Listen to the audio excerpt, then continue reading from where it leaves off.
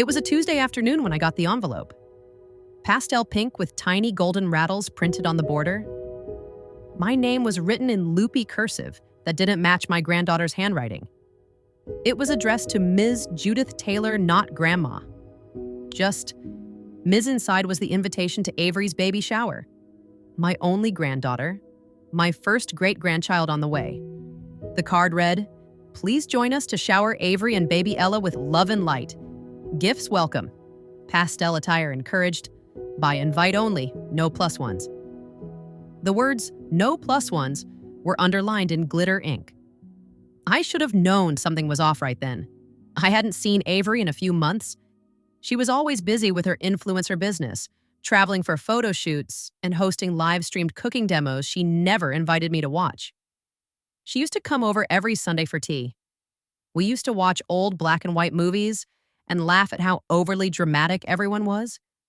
She used to call me my wise owl, but lately she called less.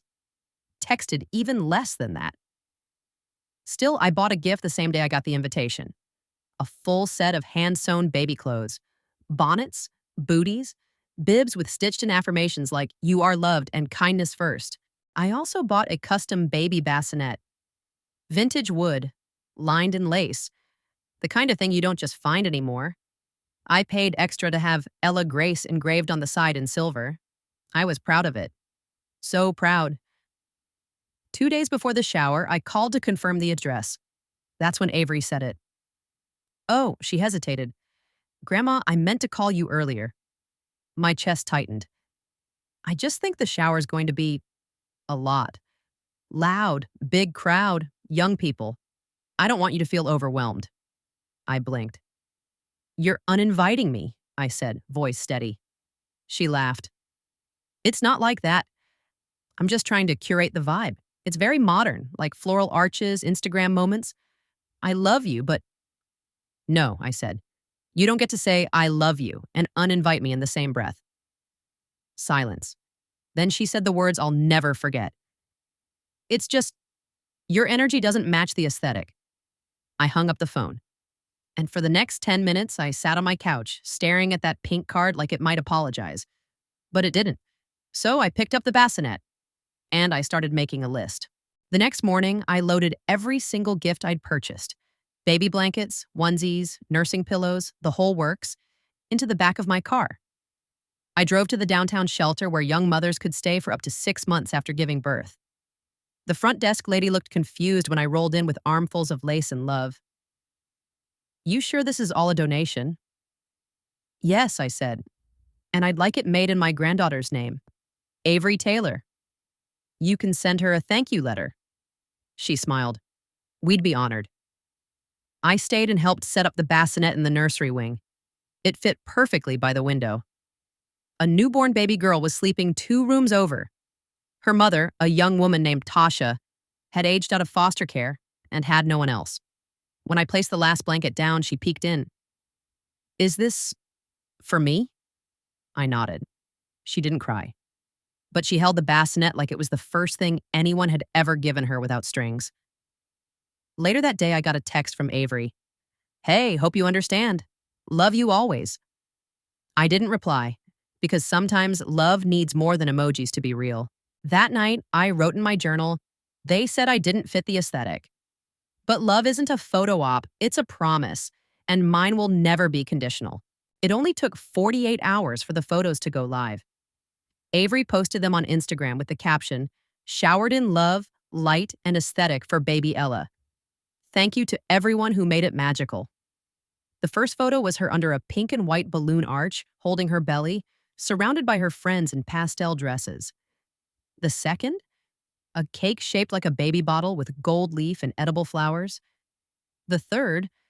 That's the one that made my jaw clench. It was a group shot. Her mother, her sister, even her college roommate from freshman year, everyone except me. And the caption read, "Couldn't imagine this day without my favorite women." I didn't comment, didn't like, didn't text, but I watched the comments roll in, obsessed with this vibe. "Such a modern mama. You're redefining motherhood. Where'd you get the bassinet?" She replied to that last one. "Custom. Gifted by a friend. I sat there at my kitchen table, one hand on my teacup, the other gripping the edge of my seat so tightly my knuckles ached. She didn't even say it came from family. That night, I received an email from the shelter. Subject line, "Thank you, Avery." Inside was a scanned photo of a handwritten card. The shelter director had mailed it to Avery at the address I'd given them. It read, "Dear Avery, thank you for the generous donation to our mother and infant wing. Your contribution has given one of our new moms a safe, beautiful space for her baby. The engraved bassinet especially touched our hearts. We're so grateful for your kindness. Sincerely, Crystal Morgan, Director, Hope Haven Shelter." I smiled, then chuckled. Because Avery might have erased me from the photo, but I'd rewritten the caption on her life. The next day, I visited Hope Haven again. This time, I brought cookies, peanut butter for the staff, oatmeal raisin for the moms. Tasha was there, rocking her baby in her bassinet. She looked up, tired but smiling. "I've never had something so nice that was mine." "You deserve it," I said. She looked down at her baby.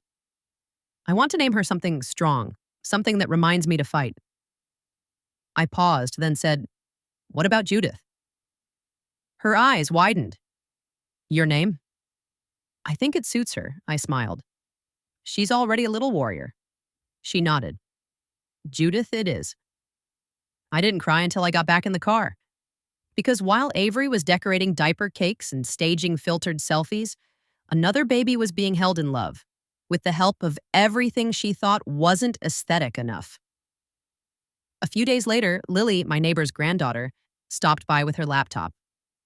"I saw something weird on TikTok," she said, pulling up a video. It was a stitched clip of Avery's baby shower. But someone had added screenshots. The shelter thank you note. A photo of me at Hope Haven.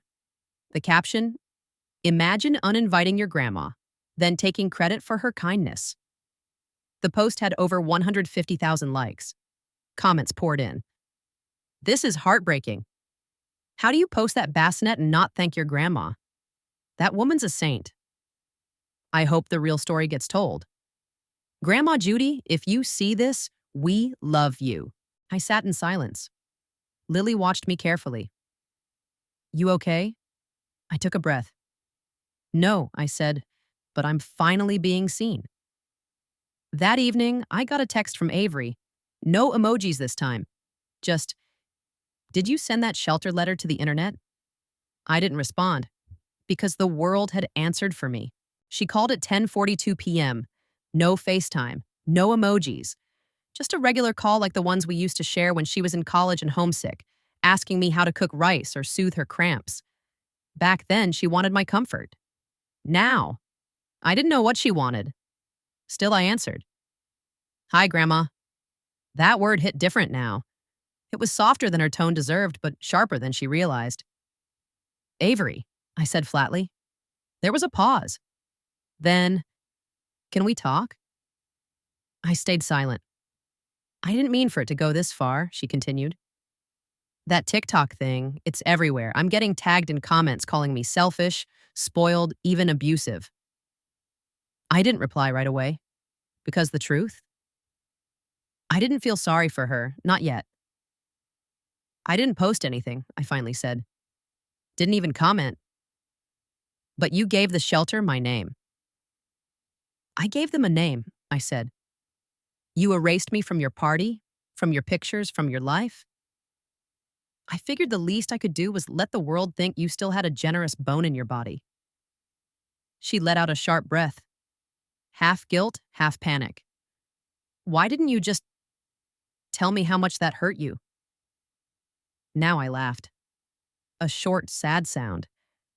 "You uninvited me to the celebration of your child's life, Avery. And you did it in the name of aesthetics. What part of that invited conversation?" She didn't answer. I imagined her curled up in one of her ridiculous faux fur chairs, looking at a phone filled with strangers finally seeing her without the filter. "Do you know," I said slowly, "what my mother told me when I was pregnant with your father?" "What?" She said, "A baby needs a soft place to land. Not a perfect one. A soft one." That's what I tried to be for you for years, even when you forgot. She sniffled. I didn't ask if she was crying, because tears don't mean growth, they only mean water. I didn't know the bassinet meant that much to you, she said finally. It wasn't just the bassinet, I replied. It was the silence that came with it, the silence of being erased.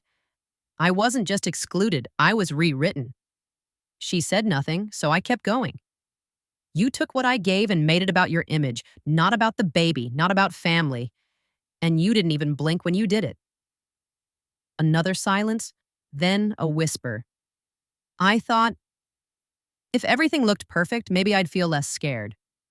I closed my eyes, and this time I did feel something. Not pity, but recognition. Having a baby is terrifying, I said. But pushing away the people who've walked the path before you doesn't make it easier. It just makes it lonelier. A pause. Then, I want to fix this, Grandma.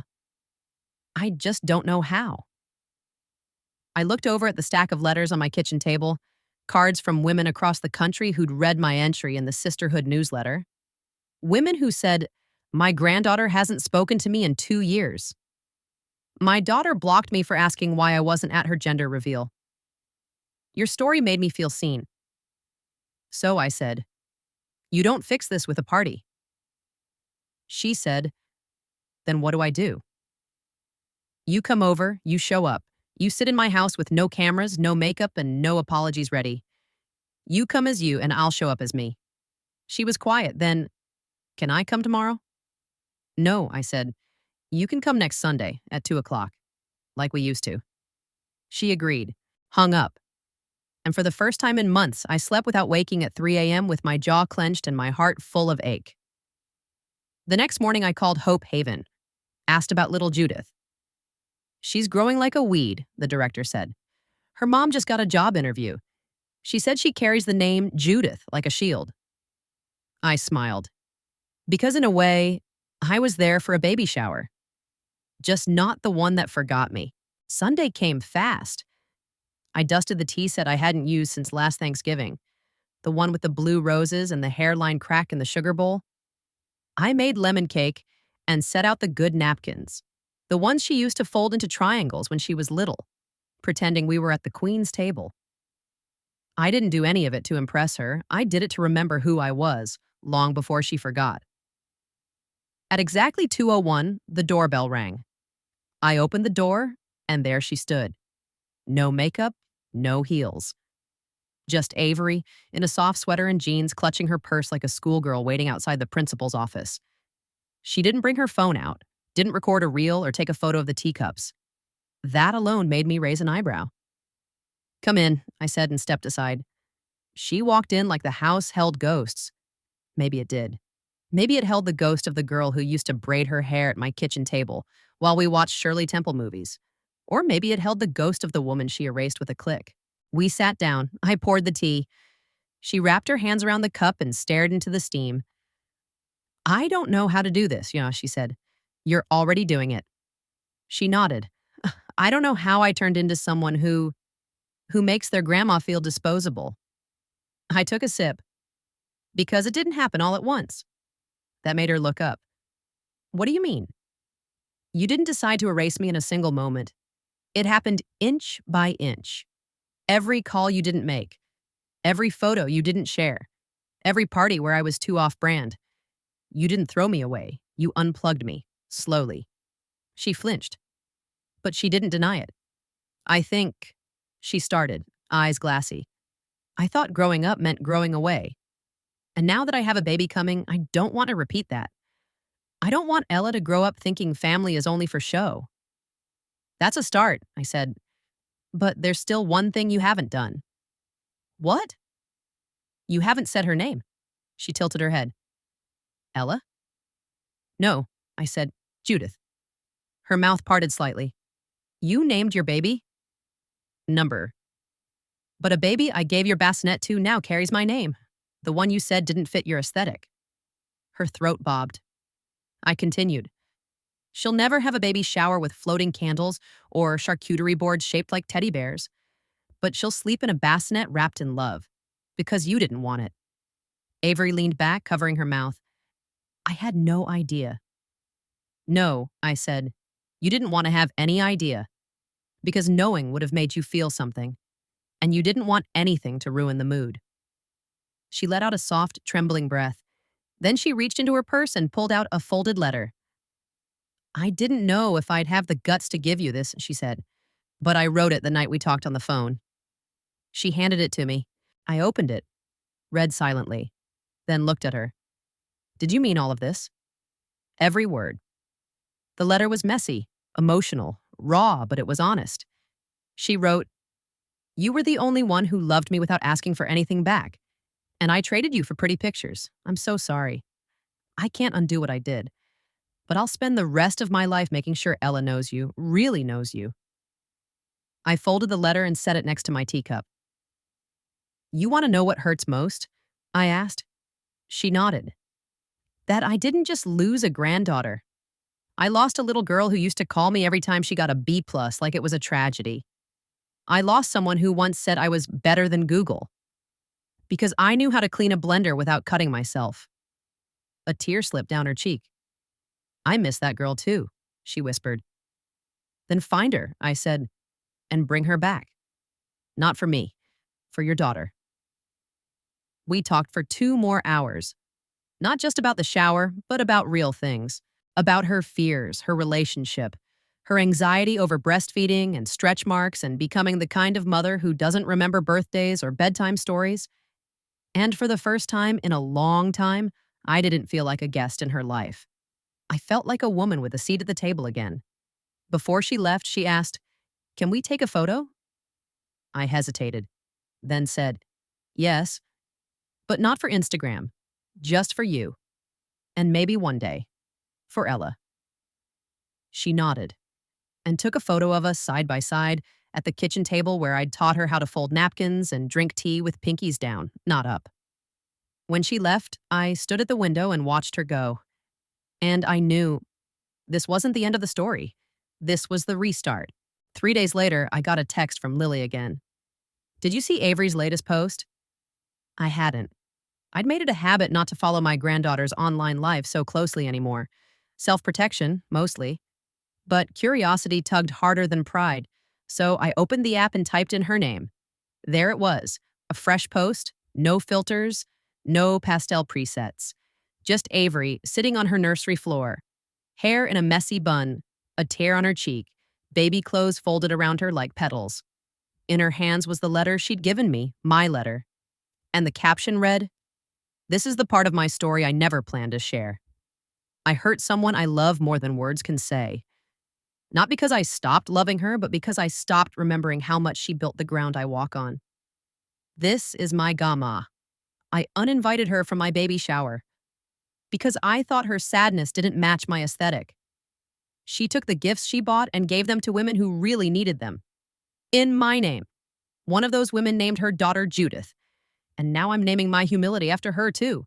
I can't erase what I did, but I can promise to raise my daughter to never do the same." I reread it 5 times. The comments were pouring in, thousands of them. "This is real motherhood. Thank you for your honesty. That baby is lucky to have both of you. Grandma Judy deserves a standing ovation." I cried, "This is the internet we need. Where can we donate to the shelter?" One comment from a verified influencer simply said, "I wish I'd said sorry before it was too late. Don't waste time." Later that day, the shelter's donation link hit over $30,000 in new gifts. Cribs, formula, strollers, books, diapers, all pouring in. The director called me in tears. "We've never seen anything like this," she said. "Your story is changing lives." But it wasn't my story anymore. It was ours, Avery's, Tasha's, little Judith's, and every woman who ever sat in silence wondering why love had to be earned through silence or prettiness or perfect timing. That night, I opened my notebook and wrote a new entry. I was the background in her feed. Now I'm the blueprint in her motherhood. Not because I demanded it, but because I stayed soft enough to make room when she was ready. The next morning, I got a phone call. It was Brandon. "I read the post," he said. "Mom, I'm proud of you." That caught me off guard. You weren't exactly part of the storm, I said gently. No, he admitted, but I saw how much it hurt you. I just didn't know what to say. Well, I said, now might be a good time to say it to your daughter when she needs it. He agreed. I will. Avery called me later that afternoon. I want you to be there when she's born, she said. In the room. I didn't say yes immediately because I needed her to understand that showing up for birth is more than a gesture. It's a commitment to witnessing someone. Raw, scared, real. But I could hear it in her voice. She was ready. And this time, not because it would look good in a photo, because it felt right. Yes, I said, I'll be there. And I meant it. Later that evening, I received a letter in the mail, handwritten, carefully penned. It was from a woman in Arizona, another reader of the Sisterhood of Receipts newsletter. She wrote, I saw your story online. I haven't spoken to my daughter in 8 years, but yesterday I sent her a message. I told her I still kept the blanket she was swaddled in. Thank you for making me believe it wasn't too late. I folded the letter and placed it next to Avery's in my kitchen drawer, and I realized, even if everything had fallen apart, even if Avery hadn't come back, I'd still be proud, because I had loved with dignity and acted with grace and made a home not in someone's photo feed, but in the heart of every woman who needed a reason to believe again. The call came at 3:17 in the morning. Avery's voice was shaky but clear. Gamma, my water broke. I was already halfway dressed before she finished the sentence. Brandon picked me up 10 minutes later. No words were exchanged. He just opened the door and we rode in silence toward the hospital. But it wasn't a cold silence. It was reverent, like we both knew something sacred was about to happen. When we arrived, Avery was in a wheelchair, holding her belly with one hand and my letter in the other. They told me I could have one person in the room, she said, looking at me with glassy eyes. I chose you. The labor was long, 14 hours. I held her hand through every contraction, wiped her brow, whispered the lullabies I used to hum when she was too restless to sleep after her parents' divorce. She cried, not just from the pain, but from the weight of it all. I don't deserve you, she said once, in a moment of exhaustion and truth. I squeezed her hand. No, I said gently. You chose me. That's worth more. At 5:06 p.m., little Ella Judith Taylor was born. Tiny, red-faced, wailing like she had something to prove. I held her first, just for a second, long enough to whisper, Welcome, baby girl.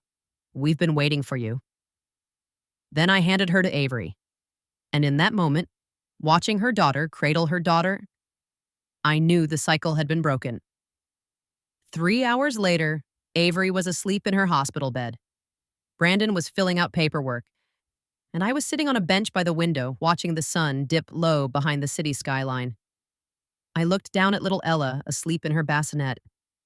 And beside her, tucked into a clear hospital bin, was the same knitted blanket I'd once boxed up and mailed away. The one with Gaga stitched into the corner. Avery had kept it all along. As I sat there, a nurse walked in, young, bright-eyed, and curious. Are you the grandma? She asked softly. Yes, I said, but you can call me Gamma.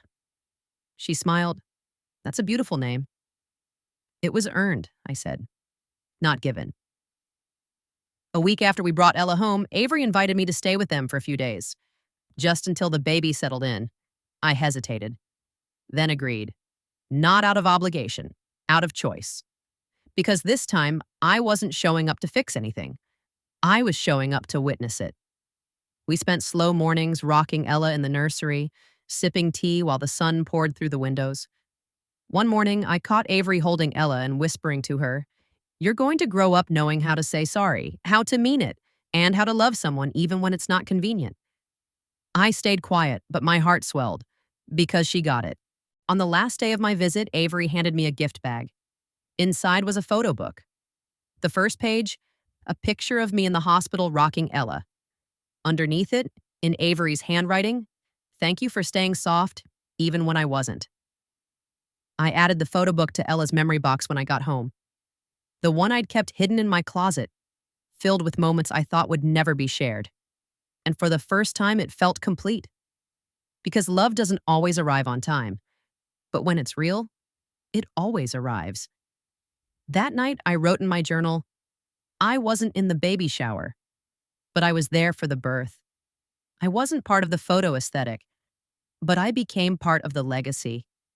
And in the end, that's the only caption that matters. 3 weeks after Ella's birth, something unexpected happened. Hope Haven Shelter tagged Avery in a post on Instagram.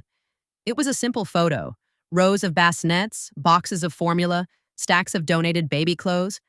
The caption read, "Thanks to one very honest story and one brave grandmother, our donations tripled this month. A legacy of love doesn't start with perfection. It starts with truth." They tagged her as a quiet nod, not for attention, but for acknowledgement. And within hours, the post was reposted, first by a local mom blogger, then by an entire parenting network. Then it hit TikTok. Again. A young woman did a reaction video. She read the caption aloud and said, "Whoever this grandma is, she's my hero. She turned hurt into help. She didn't cancel her granddaughter. She challenged her to grow, and that baby, she's going to grow up knowing what grace looks like." Her video hit 500,000 views in 24 hours. Avery texted me later that night, "Gamma, I don't know what to say. People are asking me to do interviews. News outlets, parenting magazines." I replied, "Then say something that matters." She did. 3 days later, she posted a video sitting on her couch. Hair in a bun, no baby filter, no curated background, just her, a notebook in her lap. Ella cooing quietly in a wrap against her chest. She looked into the camera and said, "I'm not here to cry. I'm here to tell the truth. I uninvited my grandmother from my baby shower because I thought she didn't match the vibe." What she did next changed lives. She gave every gift I rejected to mothers who needed them more. And she did it in my name. Not to shame me, but to show me that love is louder than ego. This is my daughter, Ella. And one day I'll tell her the full story, because I want her to know what a real apology looks like. Thank you, Gamma, for staying when you had every reason to walk away. The post exploded. 1.2 million views in a week. Dozens of articles, podcasts, a write-up in a national parenting magazine titled "The Baby Shower That Never Was," and "The Grandma Who Showed Up Anyway." Avery didn't gloat. She didn't monetize it. In fact, she did something better. She updated her old baby shower registry, cleared it, and replaced it with a new one, linked directly to Hope Haven. Items for other moms, cribs, diapers, wipes, maternity pillows, car seats. She called it Ella's Legacy List. It took off. In just a week, the entire list was cleared, twice. People started emailing the shelter asking what else was needed. Donors from 3 states away sent handwritten notes. For the moms like Tasha, in honor of Judith. For the grandma I never got to say sorry to. Avery called me one night, overwhelmed. "I didn't mean for this to become a movement," she said. "No," I told her, "no, but sometimes truth moves faster than guilt." She was quiet for a long time. Then she asked, "Do you think this means I've made it right?" I thought about that, then said, "Not yet. But you're making it real, and that's a better place to start." 2 days later, Hope Haven invited us both to a community night to meet the moms, see the nursery. Avery said yes before I could. That Friday, we walked into the shelter hand in hand. Ella strapped to her chest. Dozens of women clapped when they saw us. Some cried. Tasha came up first, baby Judith on her hip. She smiled at me, then looked at Avery. "You must be the granddaughter," she said. Avery blushed. "Yes, and I'm here to say thank you for accepting what I didn't appreciate." Tasha nodded. "You gave me a bed for my daughter, and a name that reminds me every day to stay strong." We toured the nursery. There were 4 new bassinets now, all lined with donated blankets. One had a small tag on the railing that read, "Donated in honor of Judith Taylor and Ella Grace Taylor. May their names raise daughters who never forget their mothers' mothers." That night, I wrote in my journal, "They said I was too sad for a baby shower. But it turns out I was exactly soft enough to hold the storm and strong enough to rewrite what family means without ever raising my voice. 3 months later, Avery sent me a formal invitation. Same pink cardstock, same gold lettering. But this time, the handwriting was unmistakably hers. It read, "Please join us in celebrating Ella's 100th day of life. We couldn't imagine this moment without the woman who taught us how to begin again. Reserved seating, front row, love, Avery." I held the card against my heart. No tears, just stillness. The kind that only comes when someone finally sees you. The party was nothing like the first shower. No balloon arch, no Instagram walls, no faux floral centerpieces. Instead, it was held at the local library, where I used to take Avery when she was 5 to read her stories about brave girls and talking animals. Tables lined with cupcakes, homemade sandwiches, books wrapped in ribbons, and a donation box labeled "For Hope Haven" in honor of the grandmas who showed up anyway. I walked in to find a seat in the very front. It had my name on it, but not just Ms. Judith Taylor. It read, "Reserved for Gamma," and next to it, a framed photo.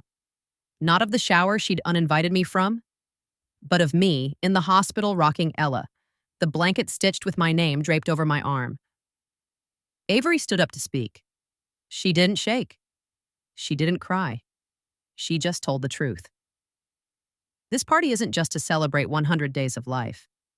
It's to celebrate 100 days of growth. From someone who believed a baby shower was about the right playlist, to someone who now knows the most important thing is who shows up when there's nothing to post. I made mistakes. I tried to filter my way out of my feelings.